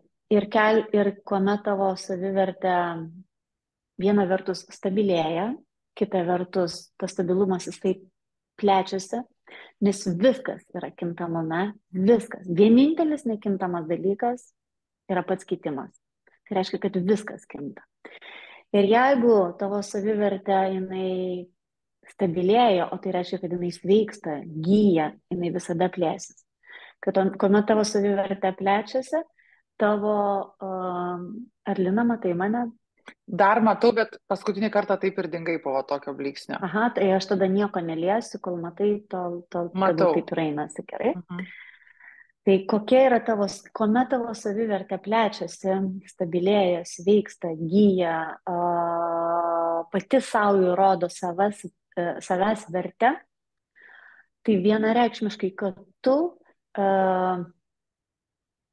pradedi uždirbti daugiau, galbūt stabiliau, galbūt nebe periodiškai, o nuosekliai, ar ne?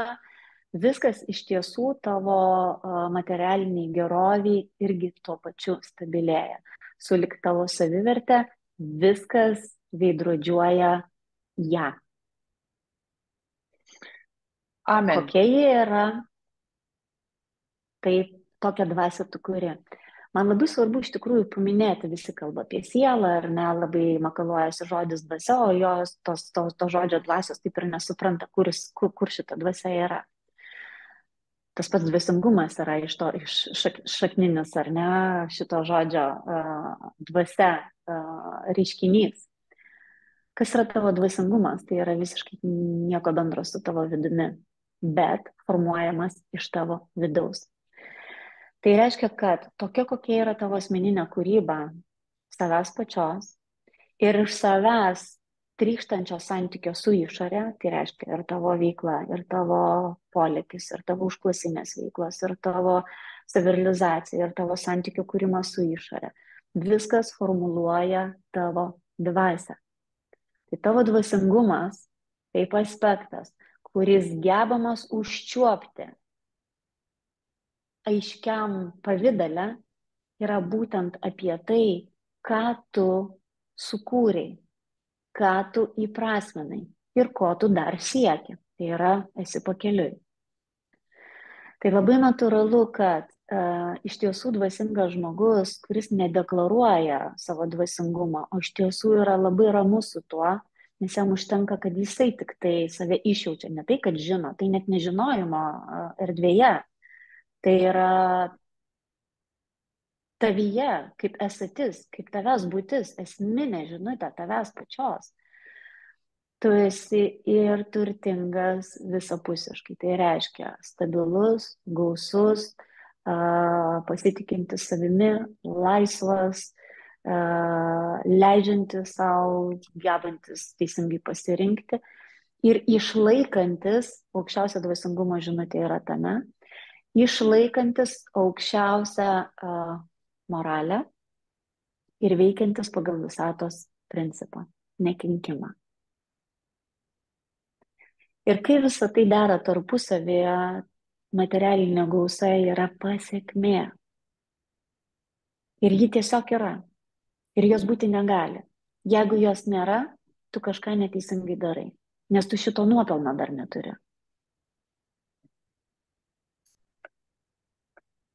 Alfreda,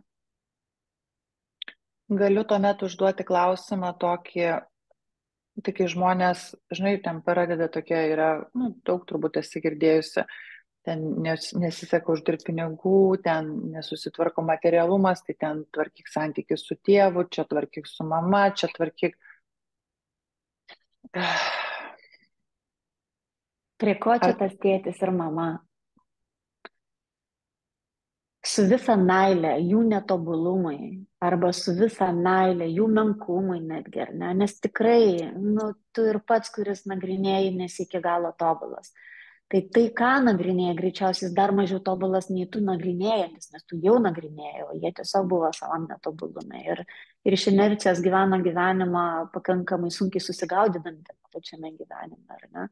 Jie tikrai turbūt padarė ne vieną ir ne dvi klaidas ir viena iš tų klaidų esi suformuluotas tu savam menkume, tai pradėk šitą klaidą taisyti pats, kad tu nebūtum kažkieno pasiekminė klaida, kad tu būtum pilnavertiškas savęs aspektas, kuris jiems, kaip tėvams, tiesiog nutiko, nes vaikai viso labo nutinka taip, kaip turi būti. Kuomet tėvelis ir mamytė suvibruoja bendrą vibraciją. Ačiū tau, Alfreda, nes tikrai, žinok, aš prieš tai pasivadinus buvau, kai pradėjau coachingą, buvau pasivadinusi money mindset, tai pinigų požiūrio, ar ne, coacherė, bet mane tas pavadinimas labai vargino, nes visur labai daug buvo kalbos, ne tai, kad buvo ir yra, žinai, aš matau gausa, kaip pritraukti karmą, santykius išvalyti, arba žmonės ten pradeda kažkokias konsultacijas, ateini veidoskait ir tau pradeda pasakoti, kokias tau karmas reikia valytis. Ir aš tiesiog nuo visos šitos gausos, aš galvoju, čia kažkoks, visiška betvarkė, visiškas kažkoks muilinimas vieni kitų, žinai, nes saviugda iš viso mano manimu tai yra didžiulė verslo šaka. Ir dabar ugdo, kas ką nori. Ta prasme, kas sugalvoja, tas tą ir ugdo, žinai. Tai ir man labai va šita gausa, vien to žodis, aš pati dirbau asmeniškai su mentore, kad likti tame, kame aš esu ir galbūt ten kažkaip save kitaip pozicionuoti, žinai, nes man tas gausos siekimas ir viskas, kas su jie asocijuojasi, man iš esmės atrodė neteisinga ir man tiesiog, mano vidus tam priešinosi. Ir ypač girdint apie visokias karmas. Tai žodžiu, sekantis mano klausimas tau yra toksai. Aš pati tikiu, kad žmogus energetiškai kažką vibruoja, kažką turi iš savęs, ar ne? Jeigu aš esu mama ir aš užauginau vaiką ir dabar kita moteris augina vaiką ir jinai nori paklausti ten, žinai, elementarių tų klausimų, kaip ten, pavyzdžiui, ten, jeigu beria vaiką arba ten pilvuką pučia, ar ne, tai pas ką tu eisi klausti? Kai neisi paklausi šiaip pas kažką, eisi pas kitą mamą klausti, ar ne, ir tau ta kita mama pasakys, ar ten 5 mamos pasakys ir tu atsirinksi. Mes dažniausiai mokinamės arba sekame pavyzdžių tų, kurie tai jau padarė, taip, kurie tai turi, čia tokia praktika.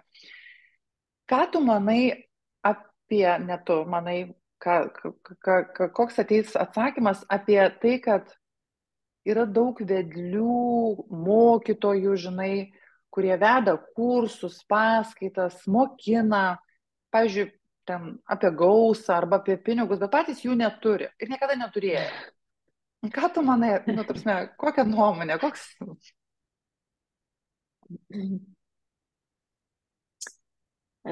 Aš labai norėčiau paklausti, kodėl jie tai daro iš viso, iš tiesų.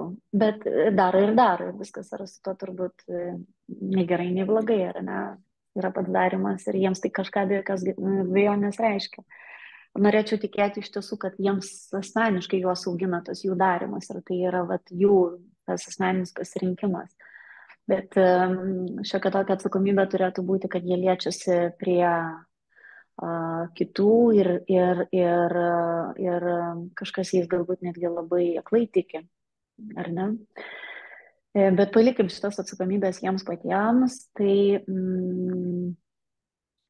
žinai, Lina, aš be galo myliu žmogų ir kas jisai bebūtų, ar jis yra coacheris, ar jisai yra tas pats valytojas, jeigu tu jau paminėjai šitą žodį, man visiškai yra vienodos vertės meiliai nutekinti.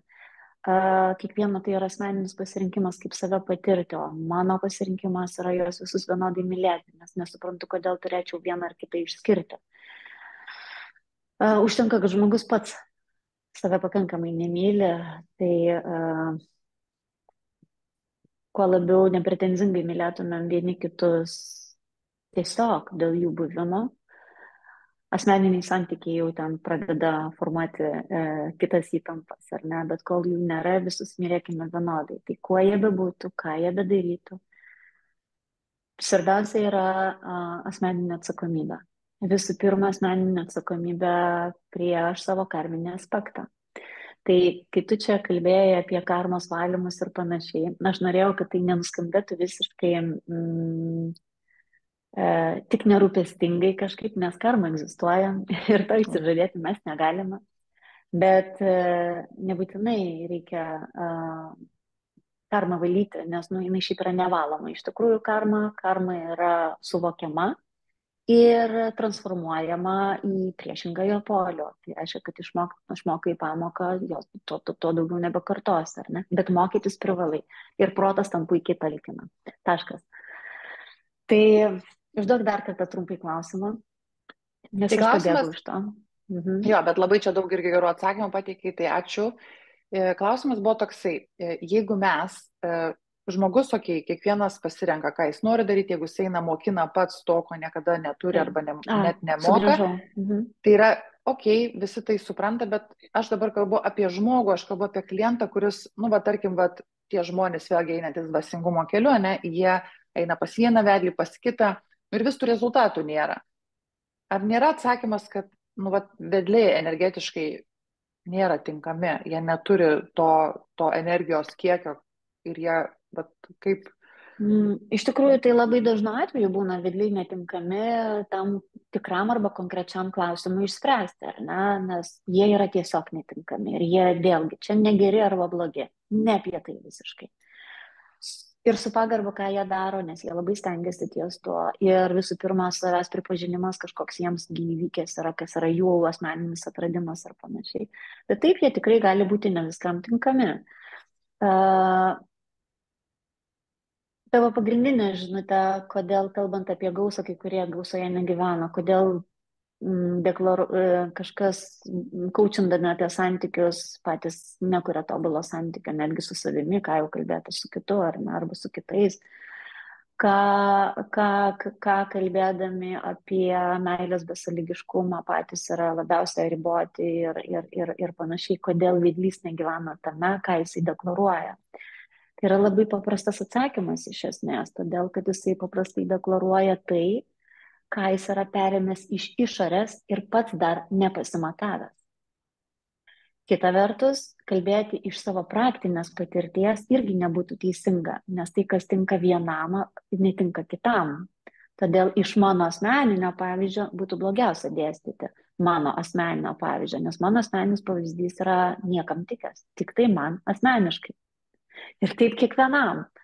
Tai iš esmės nėra labai gausų tokių vedlių, kurie kalbėtų iš visiško nulio pozicijos. Tai reiškia, jis tame absoliučiai neegzistuoja, jis nedėsto nei savo pavyzdžio, nei to žinojimo, kurį perskaitė knygose, pasiklausė paskaitoje, yra gebantis atpasakoti, nes vien tik dėl to, kad jo atmintis gerai veikia.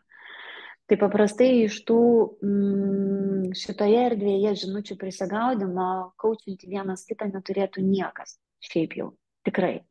Nebent vesti labai griežtus mokymus, kurie yra labai aiškus, pakankamai riboti, bet labai siaurai, tikslingai, tiesiai vedantis į kažką konkrečiai. Tai reiškia, kad, jeigu tu, pavyzdžiui, pati finansinio raštingumo mokai, tai pas tavai yra dvi patirtis. Savo asmeninė, kuri padarė tą ir tą išaugino ir yra žinojimas, kuris jau yra įsėdęs į tave ir tu jau jo nebeiškrapštysi. Plius priedo, tu pastoviai domiesi, kuo veikia ir kuo kvepuoja šiuo metu pasaulis ir į ką jisai kinta. Tai kai tu vedi tikslingai ir iš savo asmeninio žinojimo, tai negali neveikti. Kai tu vedi ne iš to, kad nesi mama, bet dėstai apie vaikus, ar ne, negali sakyti, kad nepasakysi jokios tiesos, nes pavyzdžiui, pediatras jis neprivalo turėti vaikų, bet visiškai išmanyti vaiko sveikatą. Ne? Tai yra kiti siauri dalykai, bet labai giliai įsišaknyje. Jie tikrai žino, ką dėsto. Kai tuo tarpu vėlgi individualios patirtis yra individualios patirtis. Ir kur kas svarbiau yra žinoti priežastingumą, kokiam priežastiniam kūne gyvena tam tikra informacija. Jeigu tu neuždirbi pinigų, pirmiausia išsiaiškink priežastį, tai tau ne bet kas ją tikrai išaiškins.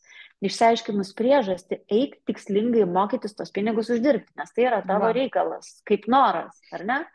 Yra du svarbus dalykai. Pirmiausia, išsiaiškink, kodėl, tada kaip tai gauti. Lygiai tas pats išsiaiškinti, kodėl nenori to gauti. Ir tiek, kiek nori, turi išsiaiškinti, kodėl nori, ir tiek, kiek nenori, turi išsiaiškinti, kodėl nenori. Išsiaiškinus, kodėl nori, eini tikslingai gauti, išsiaiškinus, kodėl nenori, nustok geisti, siekti ir būti nelaimingas, nes tau tai yra visiškai pakankama. Ir viena ir kita yra vienodas vertės. Tik išsiaiškinkit savo vertę, savo asmeninę vertę. Taip. Aš tai suprantu. Bet grįžtant prie kaučerių, kodėl kaučina ir patys tuo nes, arba kodėl kaučina ir patys taip negyvena.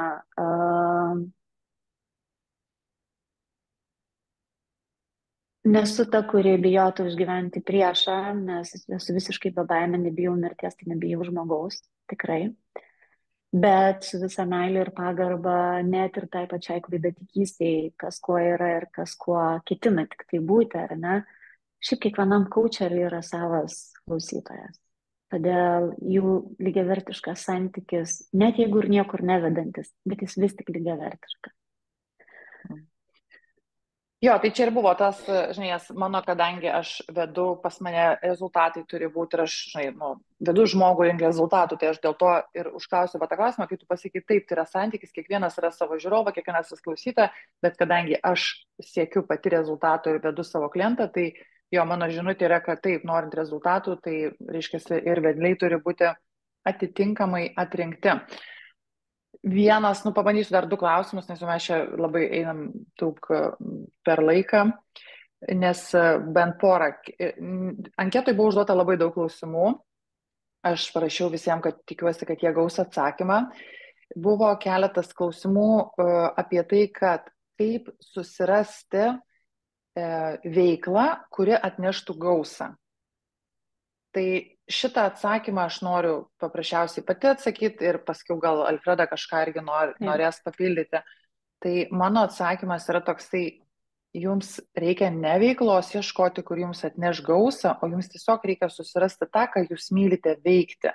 Tiesiog tą, kas jūs labai labai smarkiai tenkina ir iš to ateis gausa. Jinai vienareikšmiškai ateis tik tais tuomet, kai jūs jau turėsite tą, bet nereikia klijuoti žinutės, iš to galiu uždirbti, tas gerai moka, arba ta veikla. Nes aš esu net ir pažinus tokių žmonių, kur kursus eina kažkokius, vien to, kad tai atneš pinigų. Tai yra ne apie tai. Tai Ieškokite tai, kas jums patinka. Ir jeigu jūs nerandate, kas jums patinka, tai, okei, turit vieną darbą, eikite į kitą darbą, eikite į trečią darbą, į ketvirtą, pradėjot vieną veiklą, pradėkit kitą veiklą, kol rasite, kas jums patinka.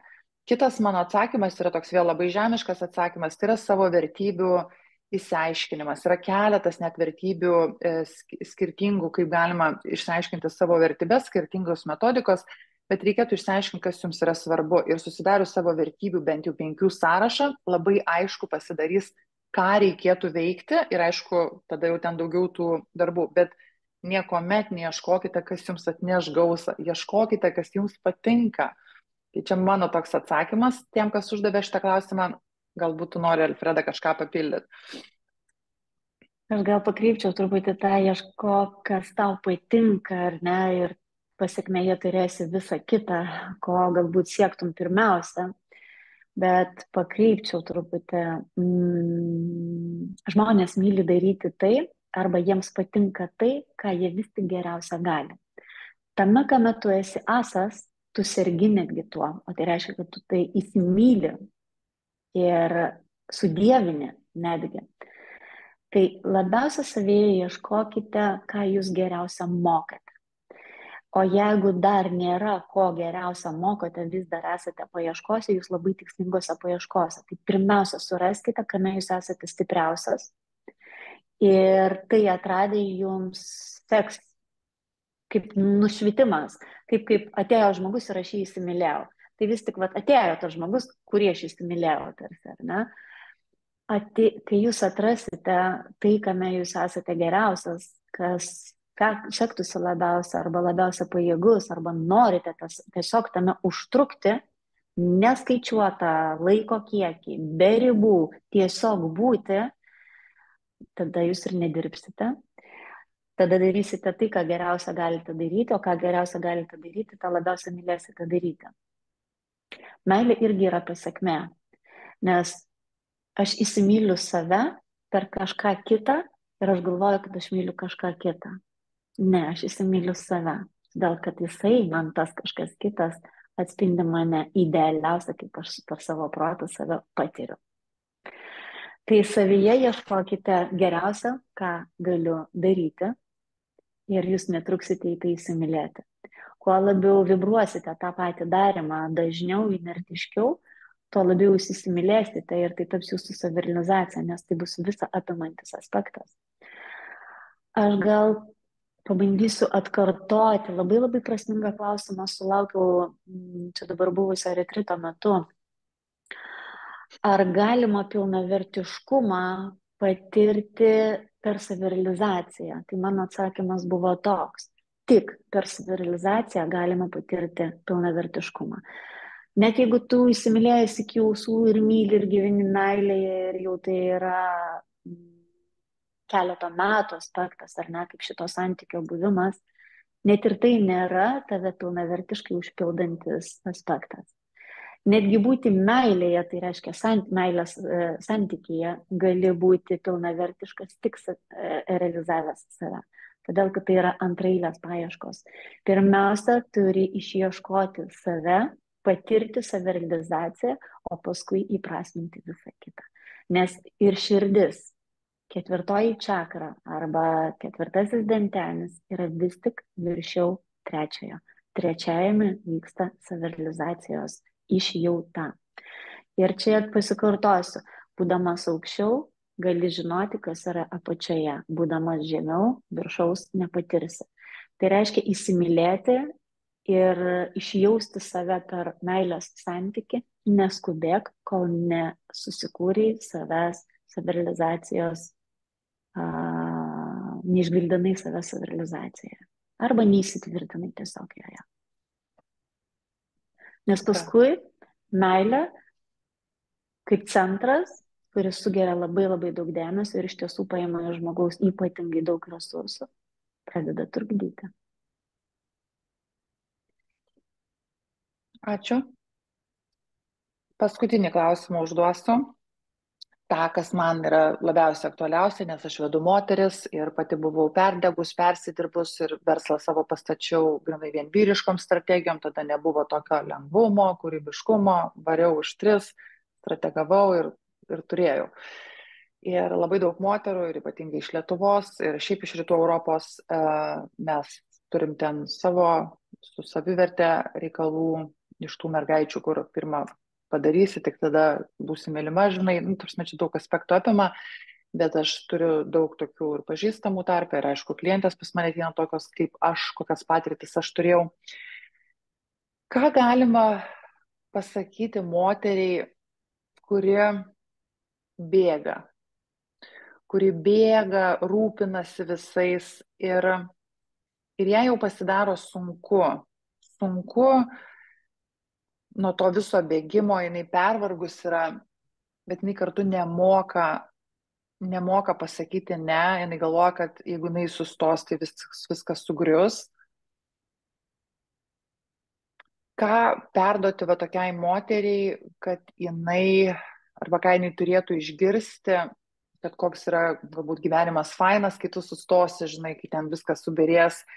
Ką perduoti tokiai moteriai, nes mano yra tikslas, didžiulis tikslas susitikti su tokio moterim ir kad pas jas įvyktų pokytis, koks įvyko pas mane. Ir kad jos suprastų, kad gyvenimas yra labai fainas, kuo mažiau darai ir jeigu tikrai, kaip sakėme, energetiškai yra geras indas, tai finansai yra geri, tas metos gausos užtenka, ar ne? Tai mano žinutė, aš tokią nešu ir noriu nešti, kad moteris pristabdytų, atsipalaiduotų labiau, įneštų tėkmės į savo gyvenimą ir kad pas jas finansai vis tiek ateis, nes jos ir taip protingos, ambicingos ir finansai pas jas plėsis, nors ir jos dirbs mažiau. Ką galėtum šitų klausimų pratransliuoti? Šiaip iš tiesų labai norėčiau, kad kiekviena tokia moteris, o šiaip ir vyras, nes man siela belytė ir man labai sunku orientuotis tik į lytiškumą, ar ne? Bet jeigu moteris, tebūnie moteris, gal klausosi tik tai moteris, bet manau, kad atsiras vienas kitas vyras, kuris tai išgirs. Ir tokių yra. Norėčiau, kad kiekvienas toks žmogus, jisai truputį stabteltų į savo tuštumą ir ramybę ir atsigręžęs į save užduotų klausimą. Ne nuo ko aš bėgu arba į kur, bet ko aš vaikausi. Čia yra iš tiesų ne bėgimo klausimas, o vaikymosi. Dažniausiai šitas vaikymasis yra apie tai, kad man yra reikalingas nuolatinis manęs pačios tvirtinimas arba mano paties tvirtinimas, ar ne? Tai reiškia, kuo išorė labiau liudija mane reikalinga, tuo aš iš esmės jaučiuosi labiau gyva. Kai aš sustabdysiu visus šitos procesus išorėje, aš tarsi mirsiu arba išnyksiu. Kai manęs niekas nebeliūdys, mano gyvasties nebeegzistuos. Tai iš esmės stabtelėjimas arba atsigrėžimas į savo asmeninę žinutę ne nuo ko bėgu, nes visada atsiras nuo ko bėgti, bet ko vaikausi. Ir atsakymas bus aiškesnis. Kiekvienam yra savas vaikymosi aspektas. Nes kol yra nepakankamumas, tol yra ko vytis. Tai reiškia kaupti save, ar ne, iš ko aš norėčiau būti sudėta. Tas liudijimo aspektas arba tavęs asmeninio tvirtinimo aspektas yra mano indėlis iš išorės į mane, į mano savivertę. Ir kuo labiau aš bandau iš išorės savo savivertę susirinkti, tuo labiau aš išorėje išsitaškysiu. Kai aš iš savojo indo aiškiai užčiuopiu tam tikras vertes, net jeigu jų ir nedaug, aš žinau savo trūkumą, aš žinau, kaip jį formuluoti. Ir tada aš suprantu, kokių pastangų mano asmeninių reikia mano asmeniniai savivertės kūrybai, kaip prie to prisidėti, kaip tikslingai prisidėti, kur tai nukreipti, kas mano savivertę darytų maksimaliai vertinga. Nes pas kiekvieną yra saviti klausimai.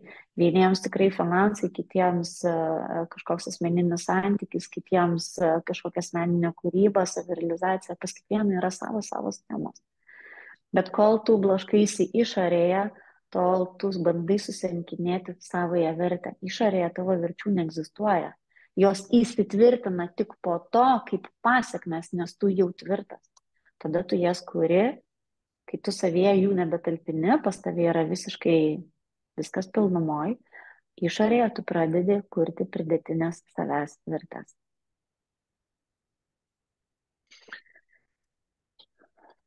Tai va tas vaikymosi klausimas, tegul kiekvienas atsako, ko jisai konkrečiai vaikosi ir tai bus labai labai maksimaliai naudinga. Ko vaikausi, to neturiu. Iš kokio deficito gyvenu, tiek inercijos savyje, kaip energijos turiu tai gauti, nes tai yra mano pagrindinė motyvacija. Ko neturiu, to siekiu. Tai ko neturiu, to ir vaikausi. Labai dažnu atveju žmonės neturi elementaraus paliudijimo, kad jie yra, kad jie reikalingi, kad jie vertingi, kad jie prasmingi. Ačiū, Alfreda, ačiū labai už šitą pokalbį. Iš tiesų, žinutės, bent aš išgirdau, tai čia labai svarbės ir labai stipres.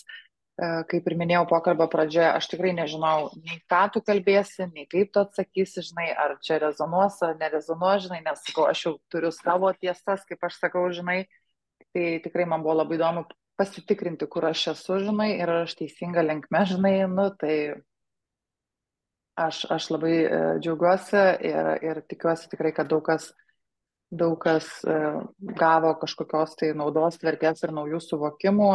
Ir tai va, tai ačiū tau, mieloji, labai už pokalbį ir iki kitų kartų, iki kitų Dėkoju, Lina, susitikimų. už vakarą. Ačiū labai, Alfreda.